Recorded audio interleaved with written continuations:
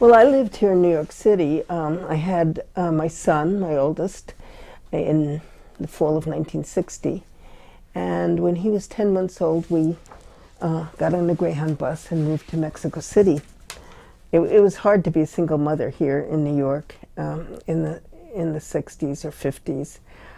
There were no social services, and so and I hardly got any time with him because I worked to support us and so forth. So we went to Mexico City, and it wasn't long after I got there that I began frequenting Philip Lamantia's apartment. Philip Lamantia, as you know, was a beat poet who had moved to Mexico City and was living there at the time with his then wife, Lucille. He had an apartment in the center of the city, and it became a kind of salon where we, poets from North America, South America, Peru, Chile, Argentina, Nicaragua, I remember. Ernesto Cardenal was one of the poets who would come around, and a number of Mexican poets, of course. So we'd gather there, we'd read to each other in the evening. We were all very young, we were all in our mid-20s, maybe some of us a little older, some of us a little younger. And it became apparent to us that the Latin American poets really had never read Williams or Pound or any of our mentors, or any of us, of course. Well, we were hardly published at the time.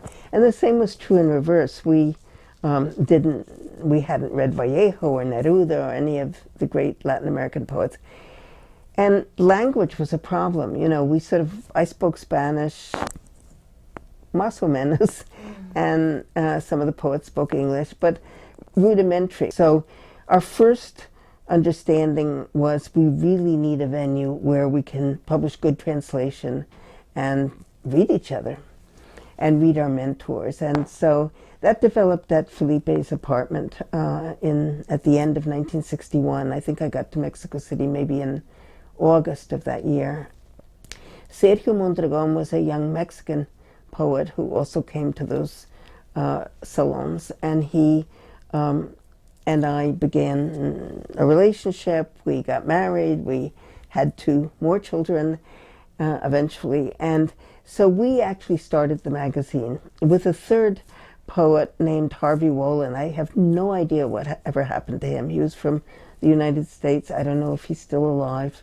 We were these 2 young kids, really, who I think what motivated us was we thought we could do anything. We walked the streets of Mexico City. We asked people for work. We asked people for money. We went to visit the minister of what would be our Secretary of State, Jose Gorostiza, who was a great Mexican poet, and asked him for a poem. He said no, he didn't have anything to give us, but he gave us 1,000 pesos, which in those years would be, I don't know, maybe like saying $100 today. That was huge for us. And so that was sort of how we produced our first issue. And our first issue came out in January of 1962. And we never missed a 3-month period until the end of the magazine, 31 issues later. So that's sort of the genesis of it. I mean, we did amazing things to raise money. I remember we had a poetry reading where 6 poets read, among them Ernesto Cardenal, and we raised $6. And we just never thought that we were ever going to be forced to stop. We thought this would go on forever, and we would get better and better, and we envisioned issues that would be 300 pages, and we envisioned going all over the world, which in some ways we did. We eventually had collaborations from many countries. So that's how it all started.